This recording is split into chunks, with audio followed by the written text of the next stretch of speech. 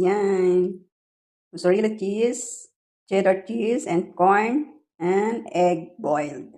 Gagawin natin yan ng sambusa. Yan ang wrap niya.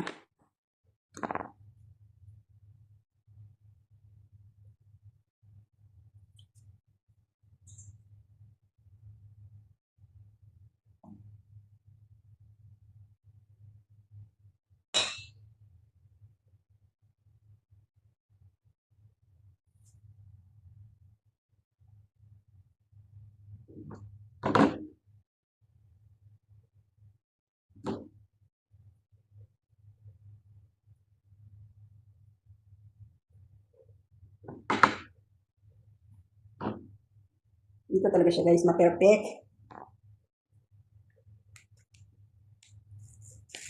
Ito yung pang ano ko guys, oh, pang close harina.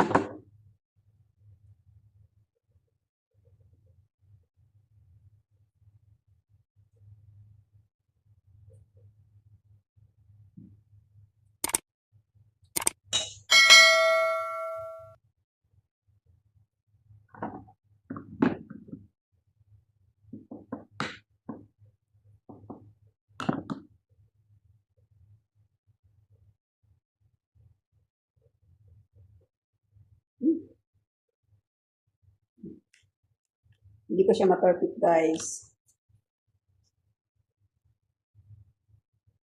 Bahala na basta maging sambusa ang shape niya.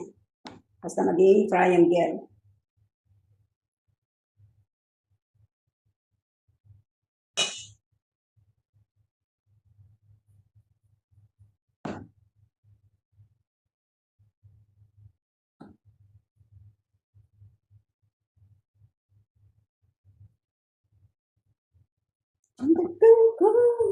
Ito na guys yung nagawa ko kanina. So lulutuin na natin. Ayan, nakaready na yung mantika. Ayan, piprituhin na lang.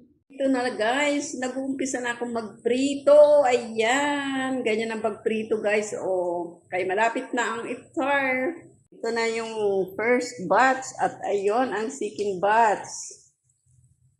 So, ito na guys, ang finished product. Ayan, pwede na siyang kainin. Let's go!